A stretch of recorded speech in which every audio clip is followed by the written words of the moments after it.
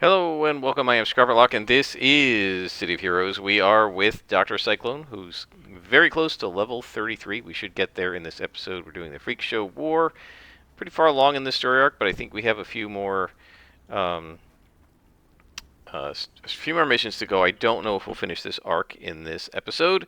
And today, what we're going to be doing, in addition to a couple of other things, is talking about getting players involved, right? When you have players who are kind of passive, how to deal with the passive player problem, right? Where the GM is constantly asking the party, and I do this with my group, what do you guys want to do? So what do you guys want to do now? So now what do you guys want to do? So you're saying you want to go here, you want to do that, and there's a lot of indecisiveness. And this can happen a lot in role-playing game groups. Matt Colville's solution to this, which is probably the best solution, is Orcs Attack, right? And I actually have struggled in Deadlands because since they've been traveling all over the West, and mostly in areas where there's kind of a law going on, like in a city, yes, there can be gunfights and stuff, but there hasn't been a good way for me to have orcs attack, have, you know, bandits attack. Just by the nature of the way the narrative has gone. And I just made a note to myself that orcs can attack now. So in our last session, the players killed in one shot. They one-shotted this really powerful huckster villain, Solomon Thayer. And it wasn't, they used telekinesis, but it wasn't the doing 6d6 of damage or any of that. It was just strength plus d6 and triple acing on the damage roll. And 38 damage, nobody can stand up to that. It did 7 wounds. The guy can take 5, and he died in one shot. And I tried to soak the wound, and I crit failed, which everyone cheered, because I was like, okay, I said I was going to take an extra wound from that. And that just made it 8 wounds instead of 7. Yeah, you can't come back from that, and he died. So, okay, well, that's what happens. It's the way Savage Worlds work. It's one of the charms of the game, that this can happen to a villain and it can happen to a player. I don't even think he rolled the damage and then re-rolled it with a Benny. It's just straight up. He just straight up rolled 38 damage on strength plus d6 on the telekinesis, and yeah, that was something to see. So anyway, they defeated him and captured one of his minions. The other 3 fled. So they have the Ace of Clubs, the King of Diamonds is captured, the Ace of Clubs, the Queen of Hearts, and the Jack of Spades, who is my best friend's character's kind of arch nemesis. And so the little note I made to myself was, well, if we ever get to a position of orcs attack, those 3 can attack them, perhaps with some backup, right? It doesn't have to be a critical battle. It doesn't have to be really super tough.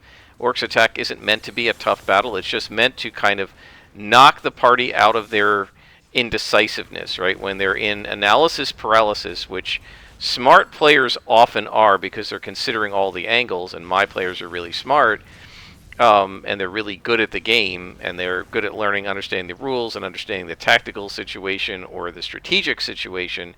They can often get themselves into analysis paralysis, and sometimes they're not sure what they want to do, and they're kind of debating it.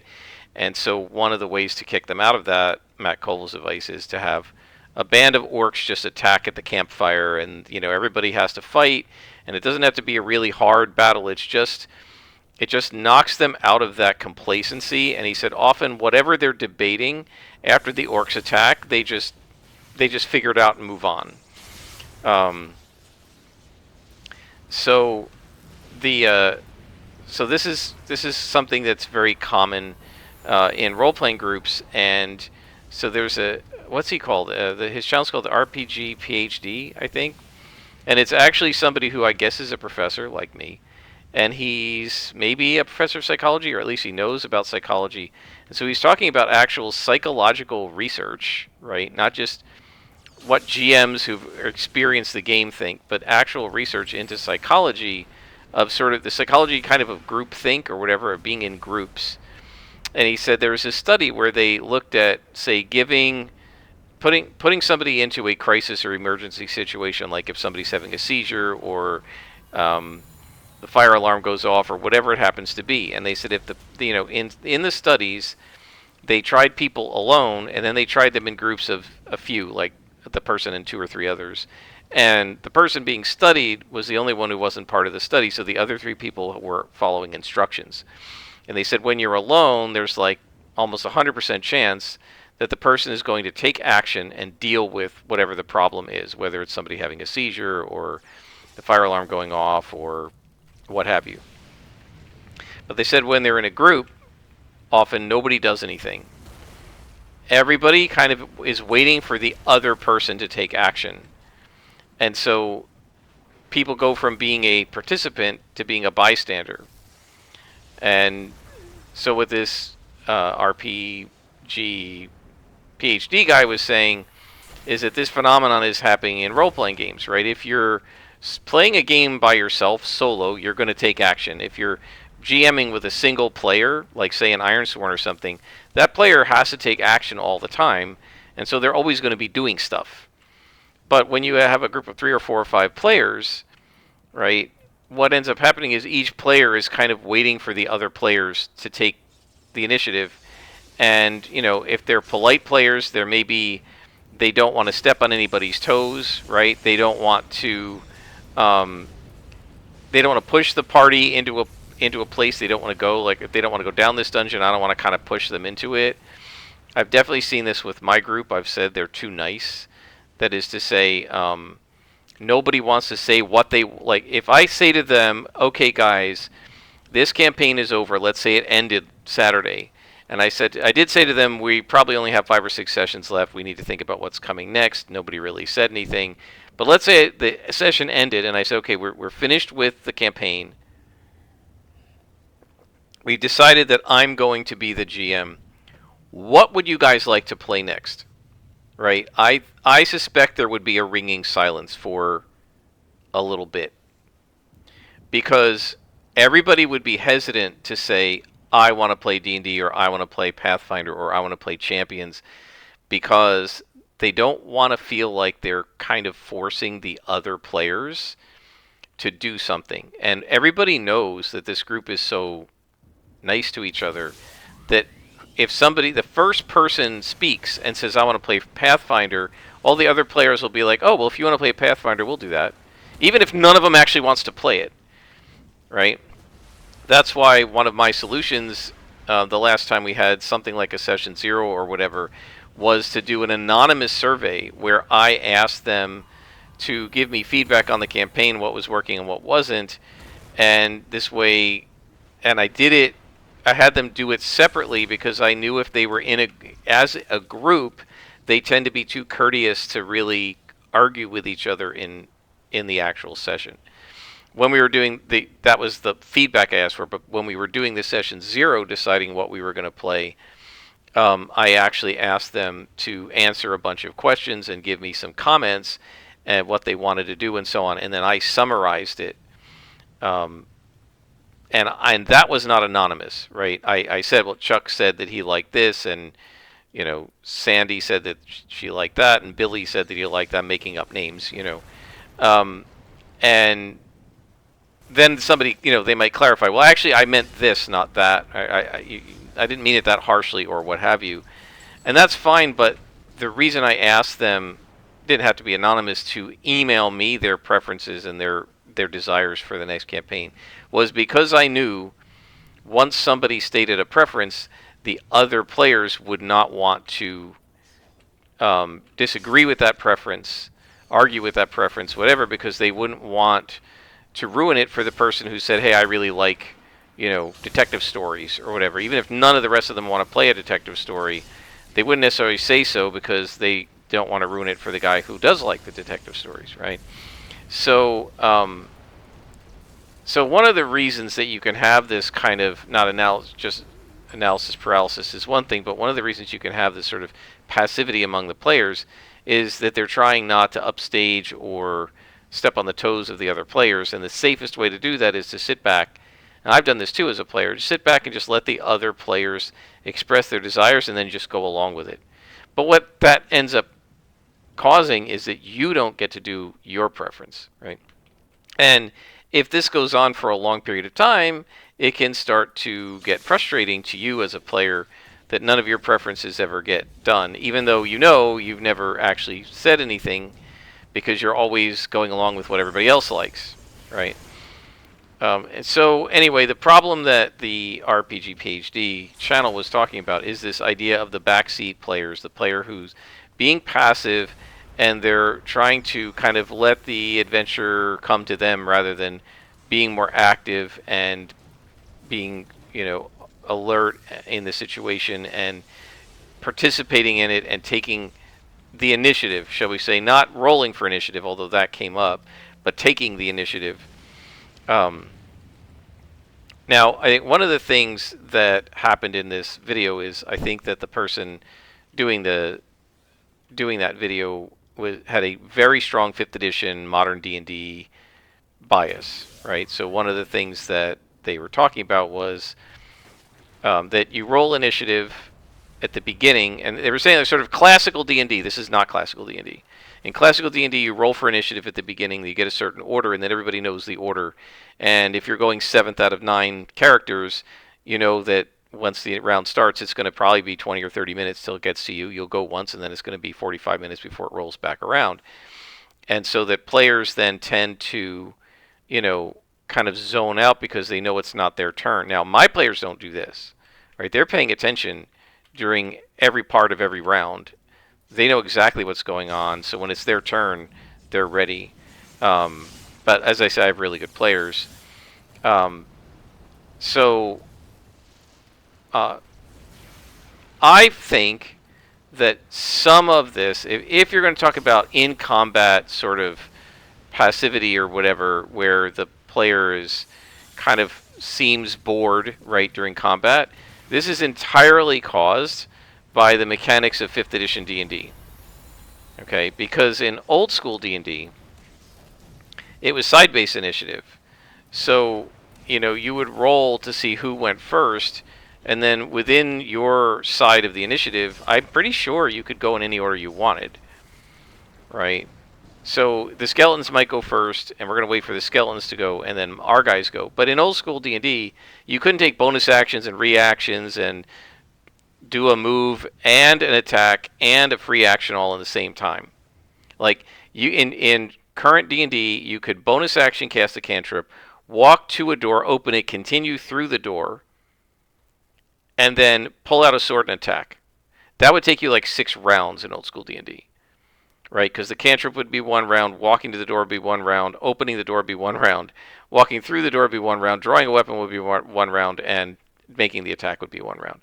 So this is the problem. You could do the equivalent of 6 rounds worth of actions from 1st edition in 1 round of actions in current edition.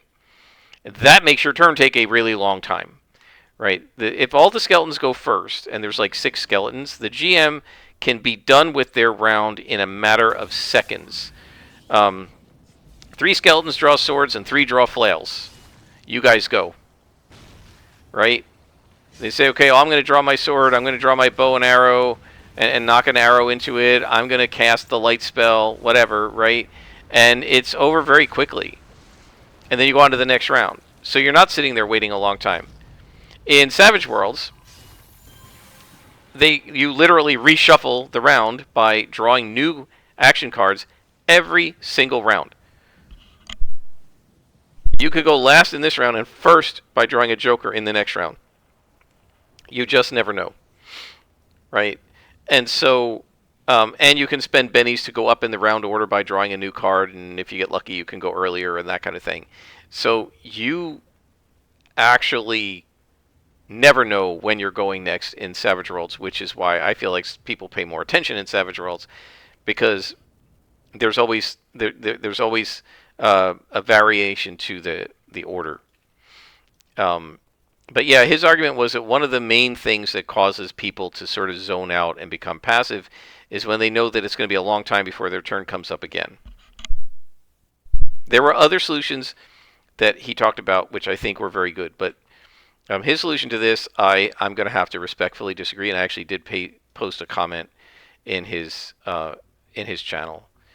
He said that the way to fix this is to make sure that the game you're playing has reactions like D&D. And maybe have more than one reaction per round. Because if you know you can take reactions that can trigger on certain things happening, like if somebody walks away, you can get a free attack. You get an attack of opportunity.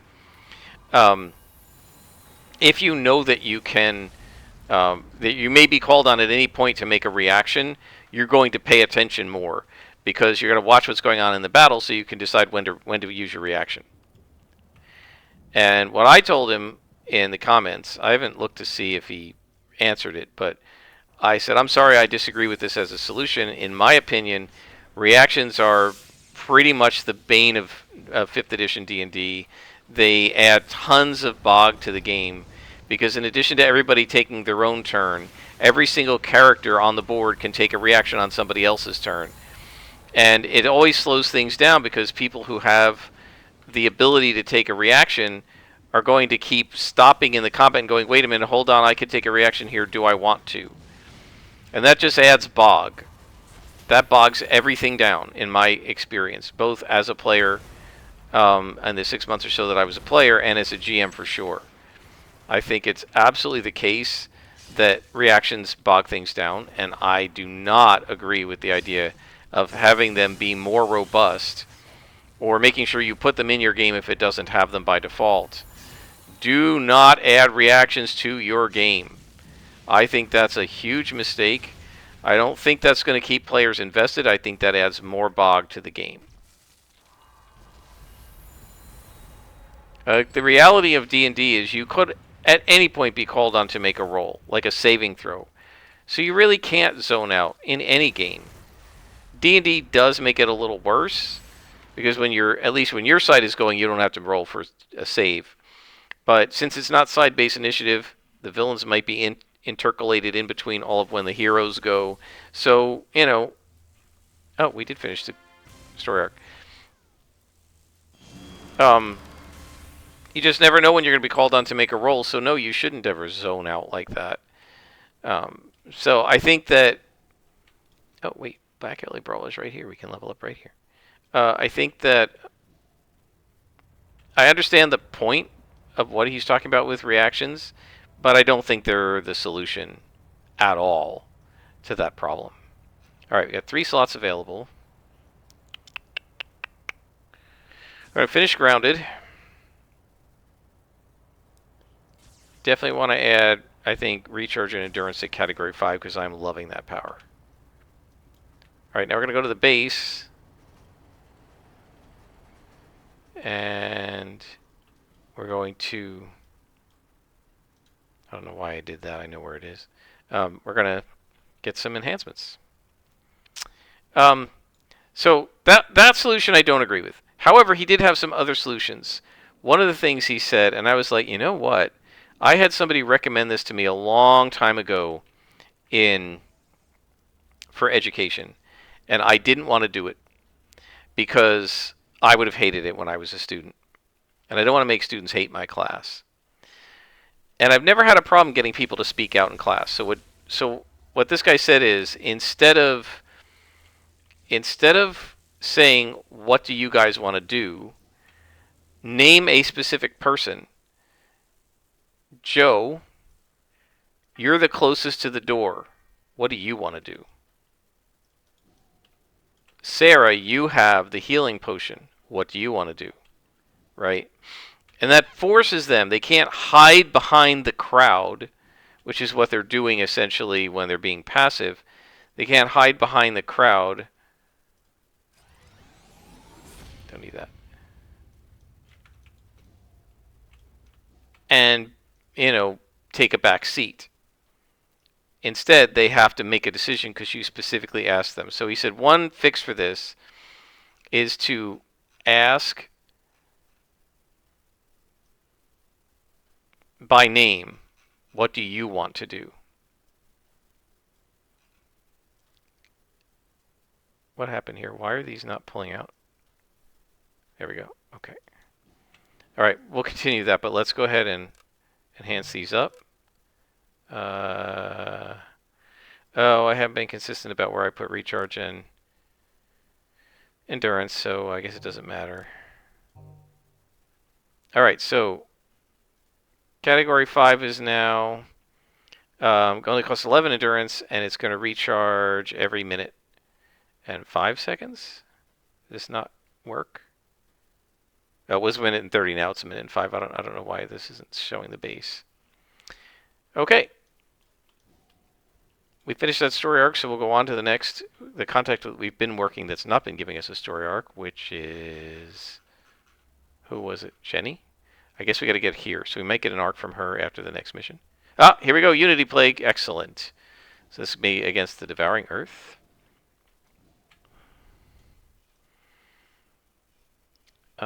Steel Canyon. So yeah, he said refer to them by name. I think that's a good one.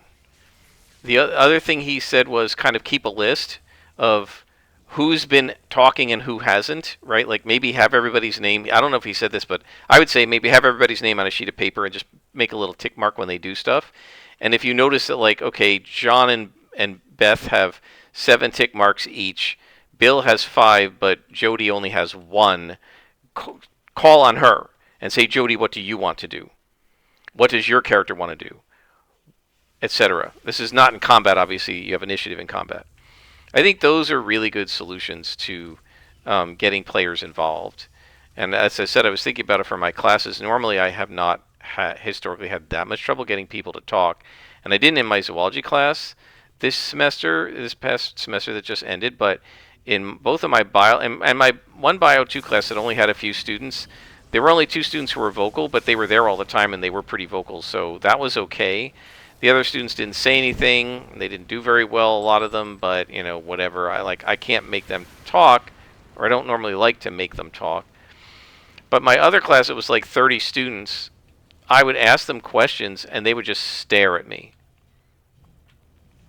And what this one education expert said to me was, this was in a class where people were volunteering.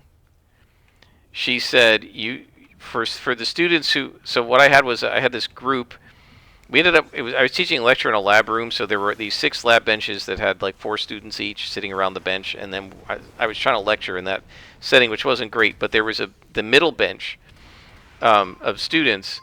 It was these very vocal students, 2 of whom ultimately went to medical school, 1 of whom got a master's in public health, and I can't remember what the 4th one did, but the 4th one was like the class valedictorian. So these were all outstanding students. 3 of the 4 were very vocal. The one who went to do the master's in public health, whose name was Jasmine, was much quieter than they were. She would occasionally ask a question, but the other 3 were very vocal. They were very active in class. And then I had another student who I'd had before.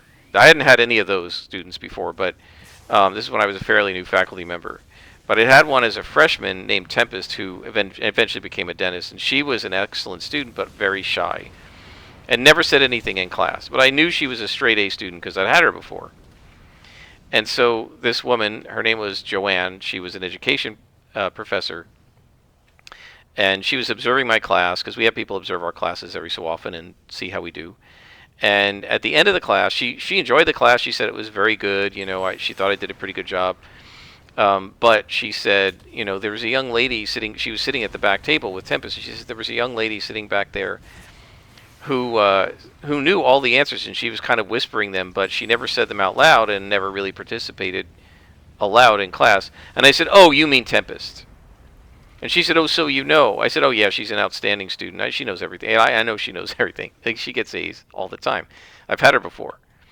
And she said, "Well, she has a lot to contribute if she would speak up." I said, "Well, what do you want me to do if she doesn't say anything?" She said, "Well, you should call on her. Like, if she doesn't want to do it herself, then you should call on her and ask her, you know, Tempest, what's the answer to this? The other students should see her contribution because she has a lot to contribute." And I said, "I don't think Tempest would like that." And the reason I said that is because I was like Tempest when I was a student. I often knew the answers, and I never said a word, because I didn't want to be a show-off. I knew a lot of the other students didn't know the answers. And so if I constantly I didn't want to be that guy. You guys have all had that guy in your class, or that girl, right? There was an undergraduate assistant years earlier than this when I was a postdoc in my postdoc lab. Her name was Jane. She was really funny.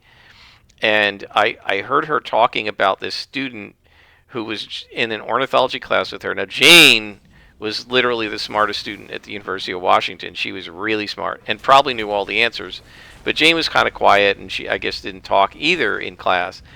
And so there was this girl in her class who was constantly like shouting out the answers of what bird species it was or whatever. And maybe that wouldn't have bothered Jane too much, but what annoyed her was the girl was often wrong, right? She's shouting out the answers and she wasn't even right.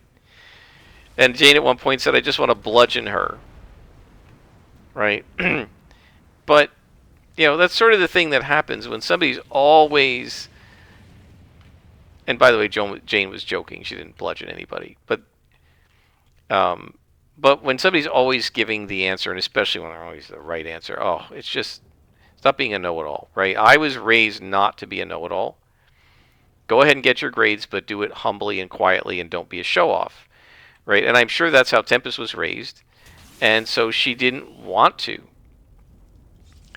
So I said she's not going to like that, and this education expert said, well, she should learn to do it because she's got something to contribute, and she needs to be made to do that. And I never wanted to do it. It was really funny. I then went and had lunch in the faculty cafeteria. That particular day I went.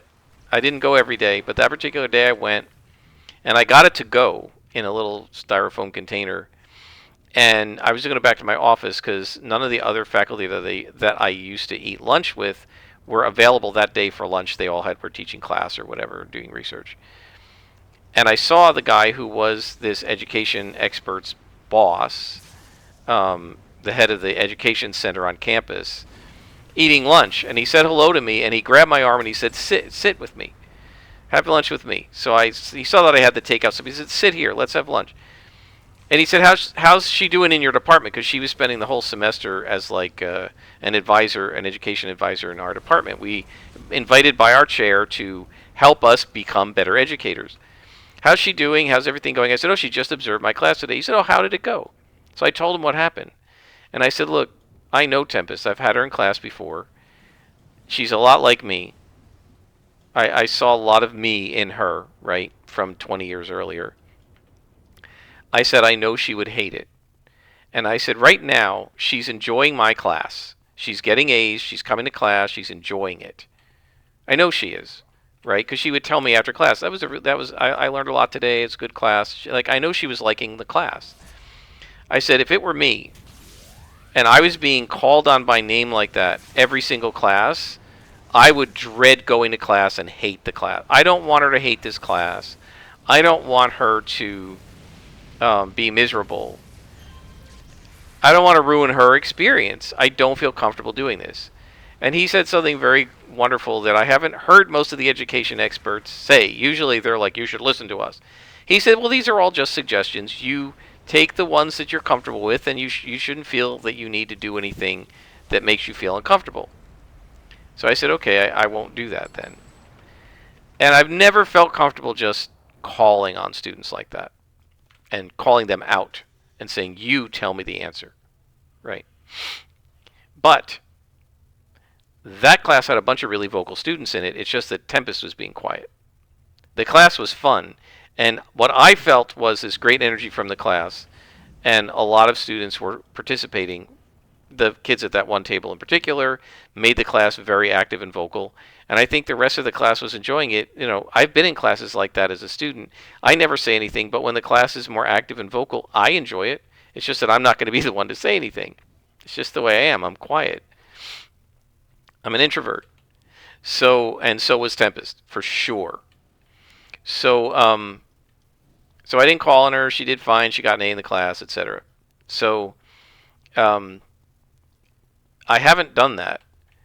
But now this last semester, as I say, my class, that one class was so quiet and they would not talk.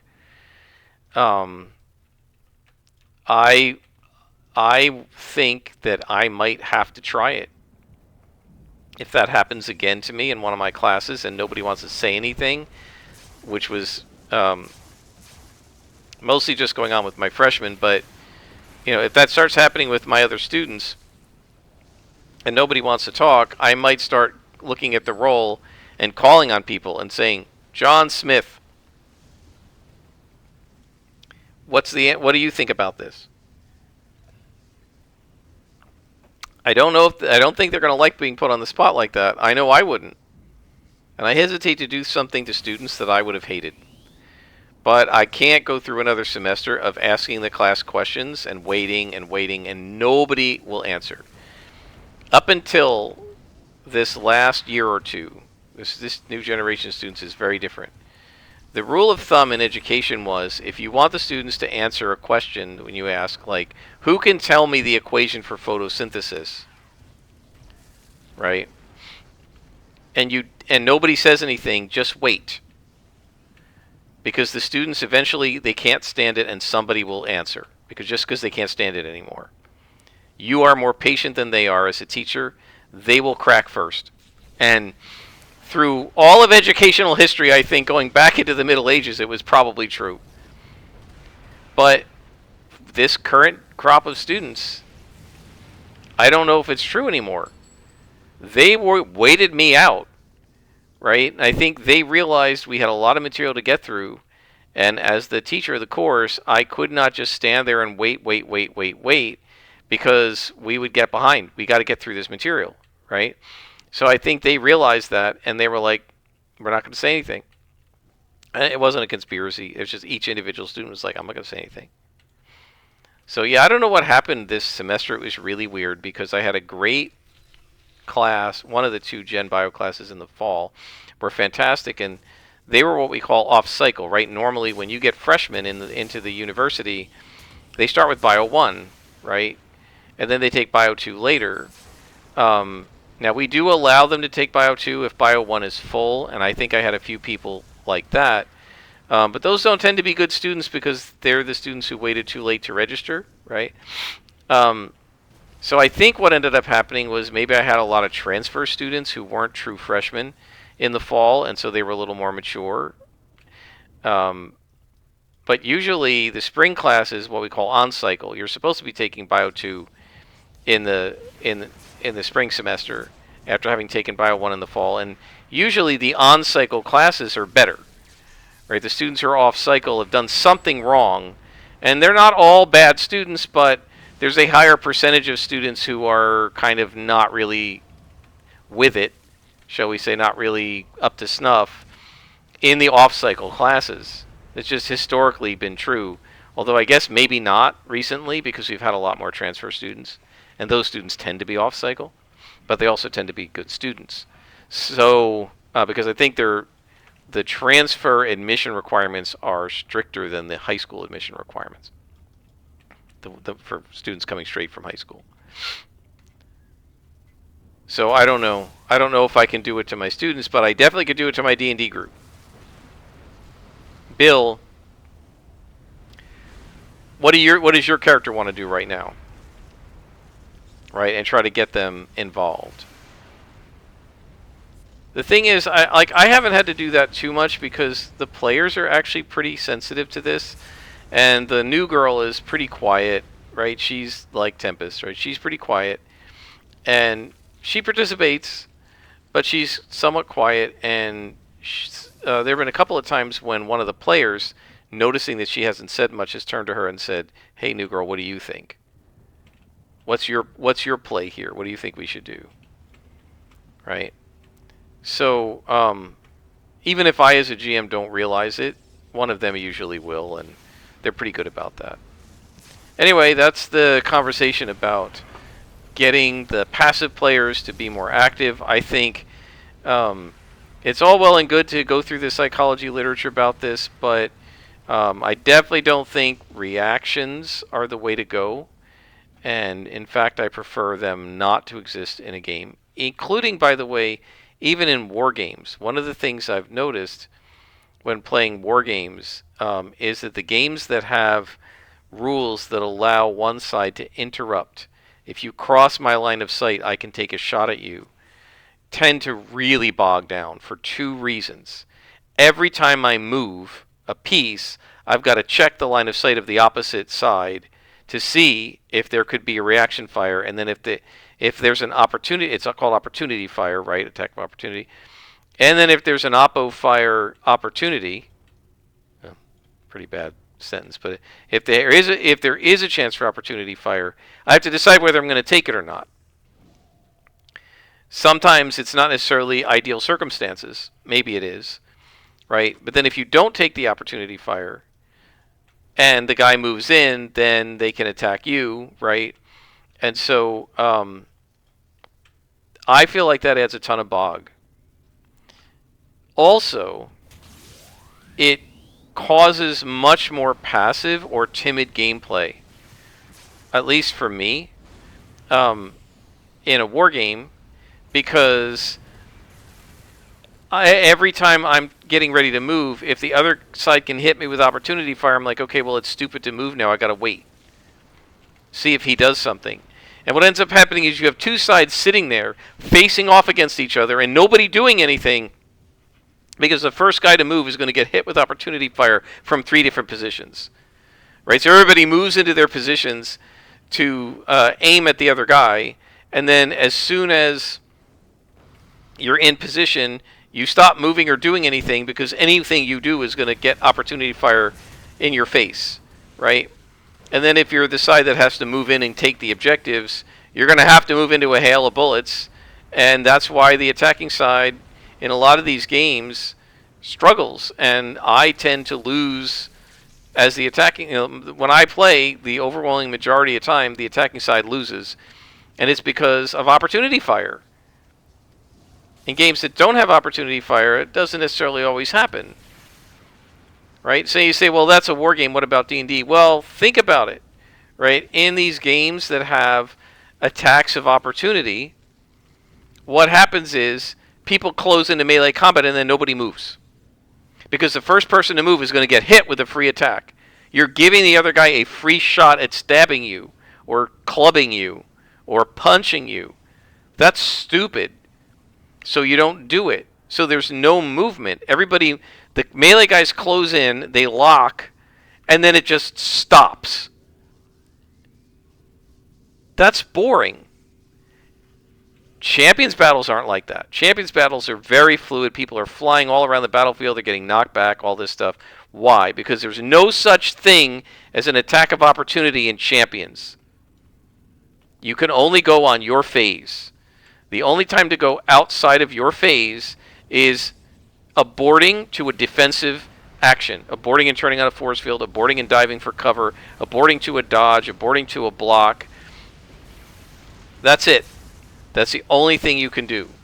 You can, by the rules, abort and dive for cover, and instead of diving for cover, use the dive for cover to dive in front of a bullet or a shot that's aimed at another person.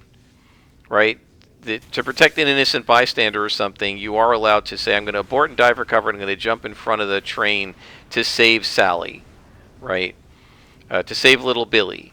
I'm going to jump in front of the energy blast and take the shot. You then get, I think, automatically hit.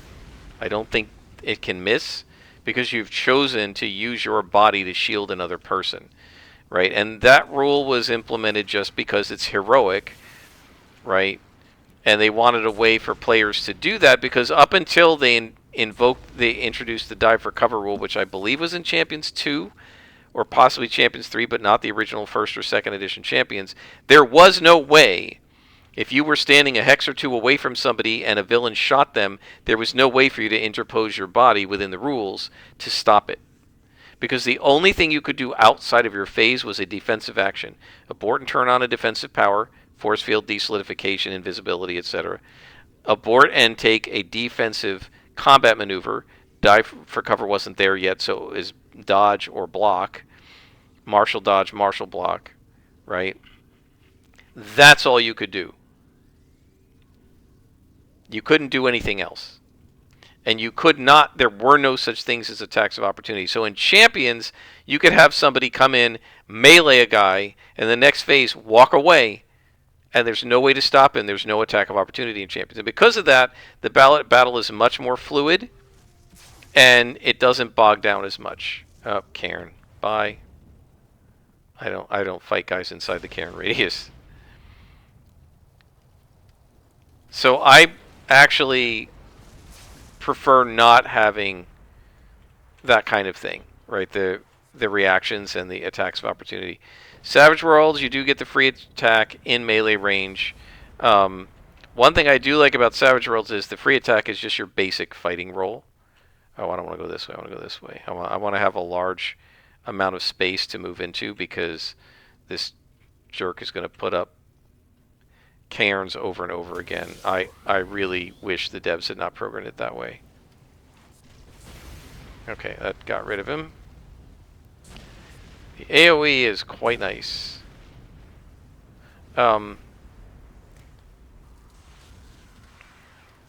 See, I think combat-wise, you're actually better off with a system like Champions, which is much more fluid. Opportunity strikes, reaction rolls.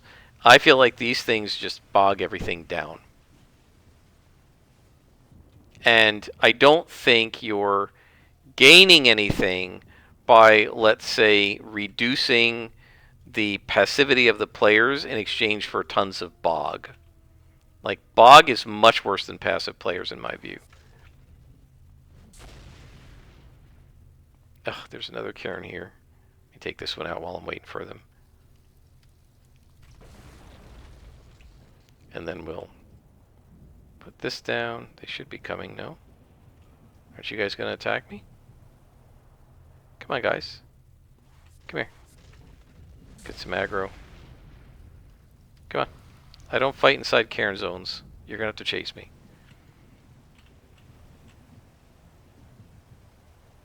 Oh, are they getting stuck?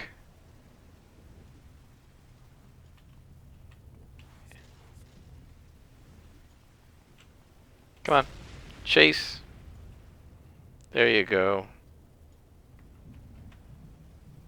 Let's see if I can knock this guy down.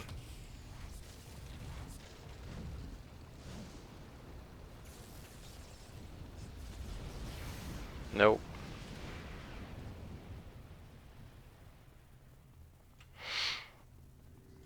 Yeah, the Sentries are maybe one of the worst villains in COH. As annoying as things like the Maltas are, the Sentries are so horrible because they like to stand in this stupid cairn radius, and you can't hurt them. They're like insanely resistant. And they just put the cairn up constantly, so there, he just did it again. Alright, let me take out the cairn.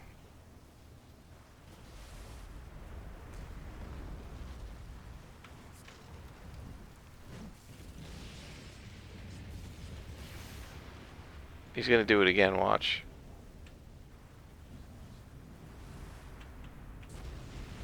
Okay, that got him.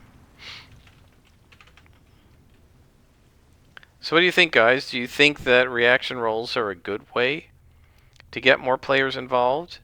Do you like the idea of specifically calling out individual players and saying, what do you want to do? What do you think about this? What's your character going to do? Do you think that will work? What are your solutions to dealing with passive players? Honestly, I think the best solution is Orcs Attack. But if you're going to assert that the battle itself is causing the passivity, then you probably wouldn't think that Orcs Attack is a good solution. That's my favorite. Like, why are these guys all frozen?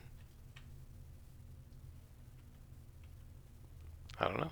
Hopefully not some kind of a bug. Because I gotta save a researcher. Hopefully that's not one of them.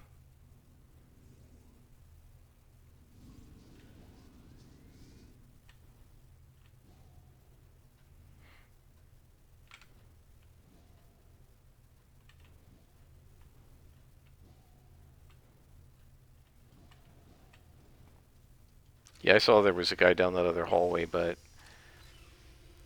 Oh, no, no. We'll do this room last. That's the annoying room.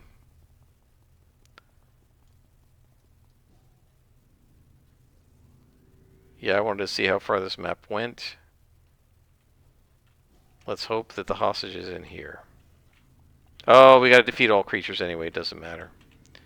Oh, well.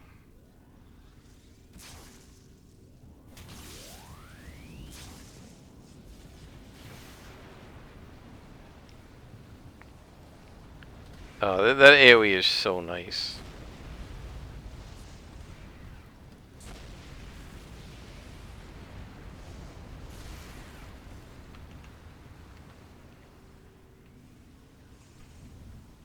And there's the other hostage. Yeah, so when it comes to games, both war games and role-playing games, I tend to prefer the older style. Obviously, my favorite style of running combat is just champions, period, and I love champions. But I tend to prefer the older style, which is side-based initiative, where one side goes and then the other side goes. I also prefer games where you can only do one thing at a time. This business of you can do 2 things or 3 things under some conditions, I feel like that just makes it more complicated unnecessarily. I think that one of the reasons people don't like side-based initiative is because unlike original like basic expert D&D where you could just only do one thing, whatever it was, that's all you could do. Let's get away from this guy because the courts is even worse in some ways than the Cairn. Come on. Although this guy doesn't rely on dodge as much. Yeah, I think old school traditional side-based initiative where you have an enemy who, or you can only do one thing. So everybody on your side does one thing, and then everybody on the other side does one thing. That's not so bad, right? The reason people hate side-based initiative is now a lot of games have gone to that you can do more than one thing on your go, right? So I was looking at the Doomed. Now the Doomed is, I'm going to be playing it solo, so it doesn't matter, but in the Doomed you can take 3 actions, either move or attack. And there are 1 or 2 other things like recover and stuff like that. But you can take 3 actions. The first move is free. If you move a second or third time, you have to make a skill roll, and if you fail it, then your opponent decides where along your intended track you stopped. So they're going to put you in the most disadvantageous place, right? But there's 3 moves, or 3 actions, so you can like move, attack. Well, now you have to resolve 3 things, right? If you could only do one thing, then you're not doing that much. So now the Doomed is not side-based. So this is what happens. You have games that aren't side-based, and I guess for those it's okay if you can do multiple things, although that does still make it take a long time to get back around to your turn in D&D. But I feel like if you do side-based initiative, and then you just say you can only do one thing, from the list of things that can be done, taking a recovery or whatever, drinking a potion, casting a spell, making some sort of an attack, moving. If you can only do one thing at a time, and you have to wait till the next round to do the next thing, then your turn is over very quickly. And a lot of people will say, well, the players don't like that you can only do one thing. It's like, well, then the players are stupid, because if you can only do one thing, so can everybody else. And it'll come back around to your turn that much faster. So if each thing you do takes, let's say, 3 minutes to calculate, read the rules, roll dice, count things, whatever. If each thing takes 3 minutes and you can do 3 things, then it's 9 minutes to take your turn. And if there are 4 players and 4 villains, it's going to be 72 minutes before it gets back around to you. Or, well, no, because your 9 minutes counts, so it'll be 63 minutes. It's going to take an hour to get back around to you, right? But if it takes 3 minutes to resolve a turn, and there are, what do we say, 4 and 4, right? So you're waiting for 7 other things, three other players, and the GM doing 4 things, and it only takes 3 minutes. You'll be going again in 21 minutes, and that's actually pretty long for the old school D&D. Right, it's often much faster than that. Because a lot of the actions you're doing are just things like, I'm going to draw my weapon. Okay, well, that's your action. Next. Right?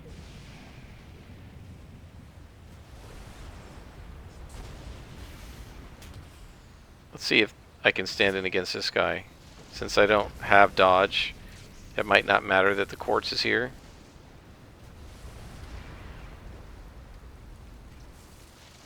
Yeah, it's not too bad.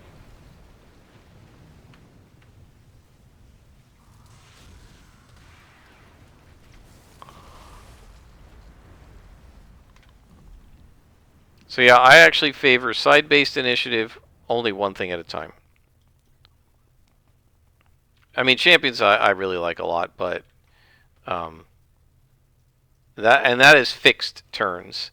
That you go on certain segments, you have a phase on certain segments, and when you go is determined by your speed. And then when in that segment you go is determined by your dex. And so it'll be the same every combat turn, but the combat turns are different because things alternate in a very different way. You'll have people with 4, 5, 6, maybe even 7 speed on the battlefield, and everybody's going at different times. And so I feel like it's a lot more fluid. And again, as I said, because there's no reaction in champions, other than aborting to a defensive action, which happens maybe once or twice in a battle, if that. Usually it only happens when the players are, or the villains are surprised, right? So if the battle starts and you don't have your force field on, you're going to need to abort and turn your force field on if somebody shoots at you. Because you probably don't have any real defenses without that force field. And I think we're going to stop here today. But if you have, but without that, other than the aborting, which usually only happens at the beginning if you didn't have your defenses up, because it aborts your next action and then you can't do anything. So if you go on segment 4 and it's segment 3 and you abort 4, then you can't go till 6 because you're going 2, 4, 6 if you're a 6 speed, right? 2, 4, 6, 8, 10, 12 are the phases when you, the segments when you have a phase. So because it's so fluid and dynamic that way, I feel like Champions doesn't really suffer from this. But other than Champions, I think with most games, I would, as much as I love Savage Worlds, I would prefer side-based initiative, one action at a time, right? Even Savage Worlds, you can take multi-actions. You can do up to 3 actions plus move plus run. Now, doing that all would give you huge penalties to hit, but my players have ways to mitigate those penalties. And so you'll often have them, I'm going to move here, I'm going to run, they do their run die, I'm going to shoot again, I'm going to shoot a third time. They rather take the chance on the -4 on 3 shots rather than just do a single shot and hope that without a penalty you hit well. They're hoping to get lucky and explode an ace on their dice, right? And so